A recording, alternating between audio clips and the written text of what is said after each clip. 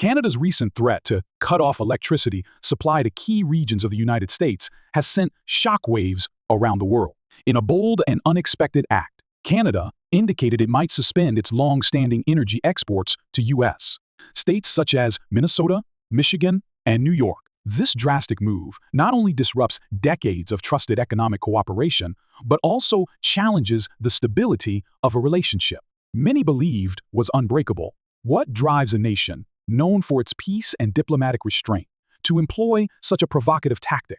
As trade tensions escalate and political rhetoric intensifies, Canada's actions raise urgent questions about the balance of power and mutual dependence between these allies.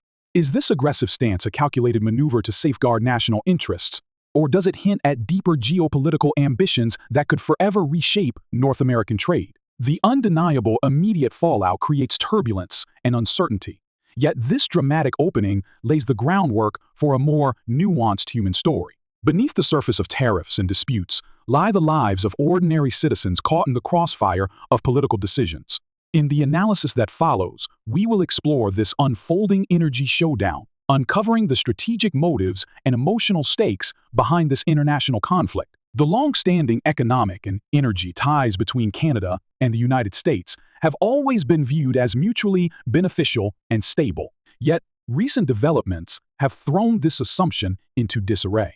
As tensions escalate, both nations are locked in a high-stakes standoff that not only threatens to upend decades of cooperation, but also exposes vulnerabilities in their interdependence.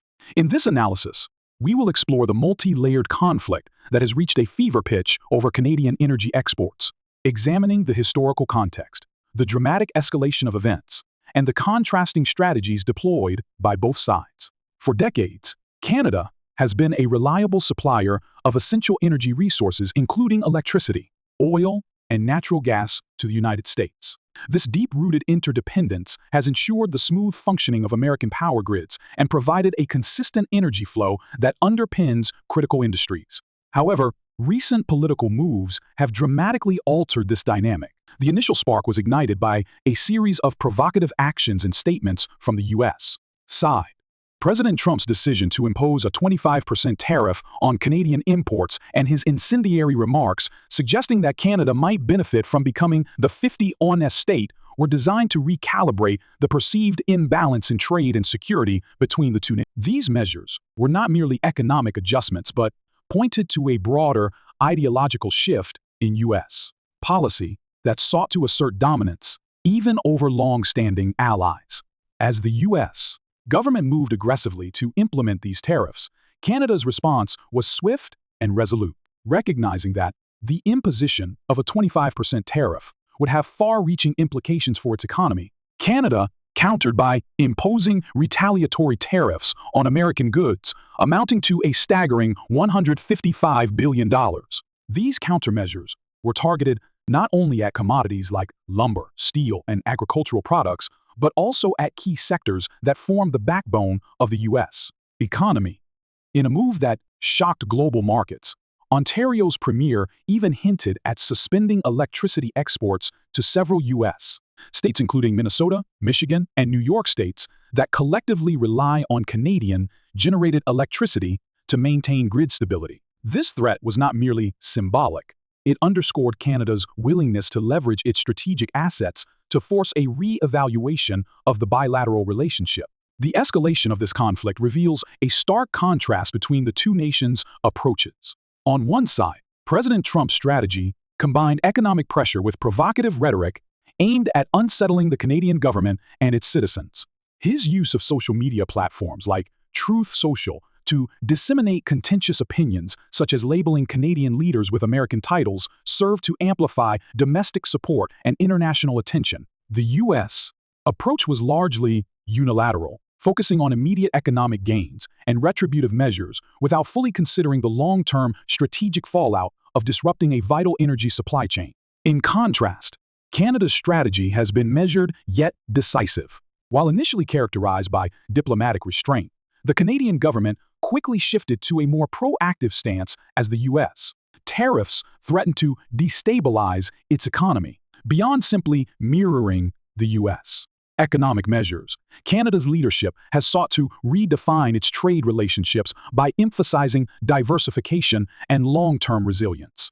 The retaliatory tariffs imposed on American imports were not just a reactive gesture, they were a calculated maneuver designed to realign trade dynamics and reduce Canada's over-reliance on the U.S. market. By targeting sectors crucial to the American economy, Canada has not only countered the immediate threat but also sent a clear message. Any attempt to leverage economic pressure unilaterally will be met with strategic resistance. The economic ramifications of this standoff are profound. In the United States, nearly 1.5 million people depend on Canadian electricity for their daily needs. A disruption in this supply would have immediate consequences, potentially leading to blackouts, industrial slowdowns, and a ripple effect across various sectors of the economy. The U.S. infrastructure, which has been built on the assumption of uninterrupted energy imports from Canada, now faces an unprecedented risk. The challenge for American policymakers is not merely to respond to the immediate tariff dispute, but to reconsider the structural vulnerabilities that come with such deep interdependence on a single, albeit reliable, partner.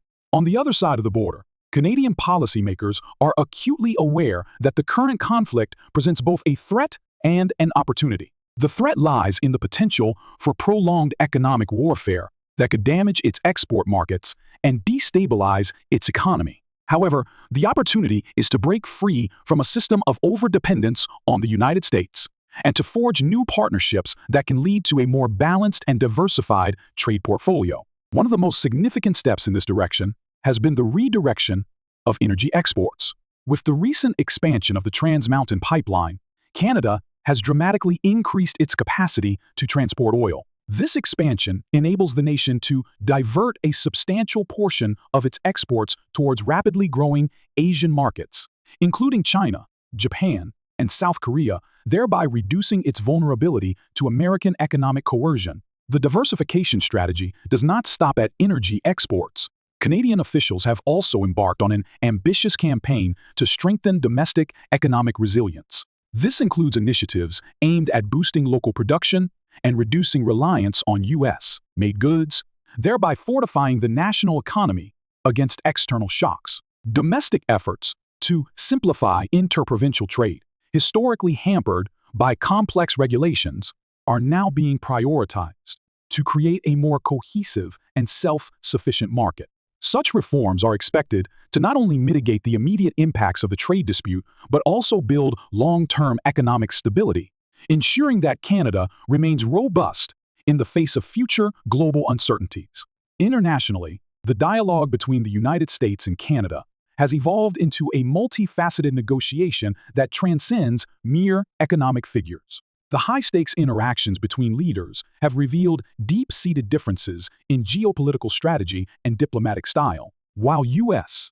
officials have been vocal about the necessity of correcting trade imbalances and securing national borders, Canadian leaders have consistently emphasized the importance of mutual respect and long-term stability. This divergence in approach is further highlighted by the contrasting narratives propagated by each nation. American rhetoric has often centered on the notion of correction and rebalancing, implying that the current system was inherently skewed against U.S. interests. In contrast, Canada's narrative stresses the values of fairness, sovereignty, and the inherent risks of unilateral economic pressure. Amid these macroeconomic and political debates, the human dimension of the conflict becomes particularly poignant.